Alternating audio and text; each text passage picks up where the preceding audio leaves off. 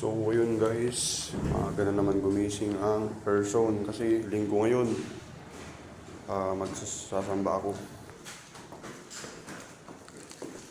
Ayan, maaga naman akong gumising. Samba? Ha? 7:55. 185.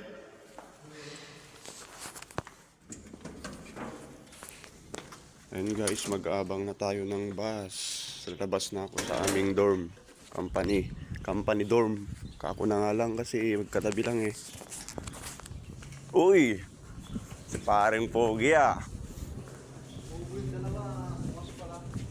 Paring Pogi ang bantay ah. Siyempre. Samba ka? Oo. Lapit na eh, 7:55.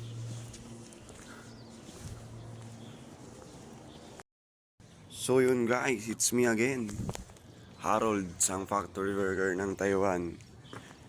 Nawala pa rin ipon. Cheers. So yun guys, linggo ngayon. Siyempre alam nyo na. Kumbaga routine ko na yan. Pag linggo, pag walang pasok, sasamba tayo. So yun guys, maaga akong gumising.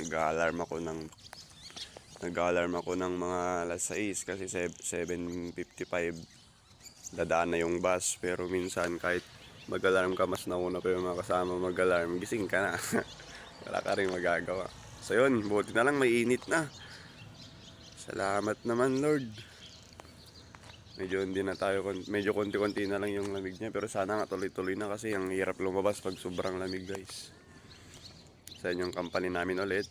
Dito ako kasi nag-aabang sa harap mismo ng company. Yan yung abangan ng bus oh. Yan. So dati pa rin, wala pa rin matao sa amin. Yan oh. So outfit check. Yan, naka-blacky tayo ngayon. So yan yung road namin dito. Yan.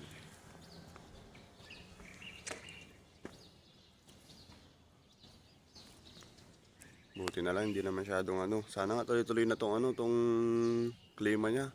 Kasi pag sobrang lamig, ang hirap gumalaw, ang hirap lumabas. Ayan, nag-abang tayo ng bus. Malapit na. 7:55 siya dadaan eh. Problema kasi dito pag nalampasan ka, 1 hanggang 4 na oras. Depende yan. Ganun kakatagal. Pag nag-abang ka ulit, sobrang tagal guys. So dapat talaga bago dumaan yung bus, nakaabang ka na. Uunahan mo dapat talaga. Okay.